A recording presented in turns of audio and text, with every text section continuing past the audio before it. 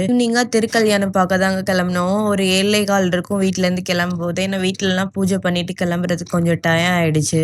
வீட்லயும் சாமிக்கு பார்த்தீங்கன்னா, சாம்பாரு, வடை, 2 பொரியலு இதெல்லாம் பண்ணி சாமி கும்பிட்டுட்டு, அதுக்கப்புறமா பசங்கள ரெடி பண்ணி கிளம்பி போனோம். ஐயோ! சரியான கூட்டங்க. நான் எக்ஸ்பெக்ட் பண்ணவே இல்ல. ஏன்னா போன வருஷம் இவ்ளோ கூட்டமே இல்ல. இப்ப பார்த்தீங்கன்னா, நிக்க கூட இடம் இல்ல. அவ்ளோ ஒரு கூட்டம்.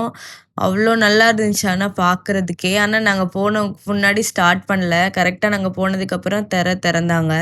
அதுக்கப்புறம் பார்த்தீங்கன்னா, நலங்கு வச்சாங்க. நலங்கு வச்சதுக்கப்புறம் பார்த்தீங்கன்னா, கொஞ்சம் நேரம் பூஜைலாம் பண்ணிட்டு, அதுக்கப்புறம் வந்து கல்யாணம் நல்லபடியா நடந்துச்சு. எனக்கு பார்க்கவே அப்படியே சந்தோஷத்துல கண்ணீர் வந்துச்சுங்க. அவ்வளோ நல்லா இருந்துச்சு எனக்கு. என்னமோ ஒரு நல்ல ஃபீலா இருந்துச்சு உள்ளுக்குள்ள. நல்லபடியா நம்ம விரதத்த முடிச்சுட்டோம். இந்த 7 நாளும் அப்படிங்கிற ஃபீலு. ஐயன் நமக்கு துணையா இருந்தாரே அப்படிங்கிற ஒரு சந்தோஷம்.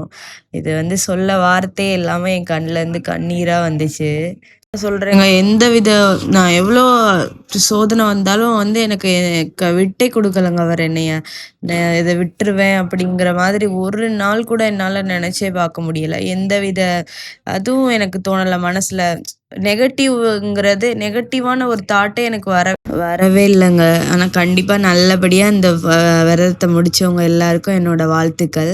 நீங்க என்ன ஆசைப்பட்டீங்களோ அது நல்லபடியா நடக்கும். பார்த்தீங்கன்னா, சாப்பாட்டு லைன் ரொம்ப நின்னுட்டு இருந்துச்சுங்க. ஒரு 8 மணிக்கு நின்றாலும் 10 மணிக்கு தான் நாங்க சாப்பாடு வாங்கியிருப்போம். அவ்ளோ கூட்டம். வாங்கி ஐயனோட சாப்பாட சாப்பிட்டோம்.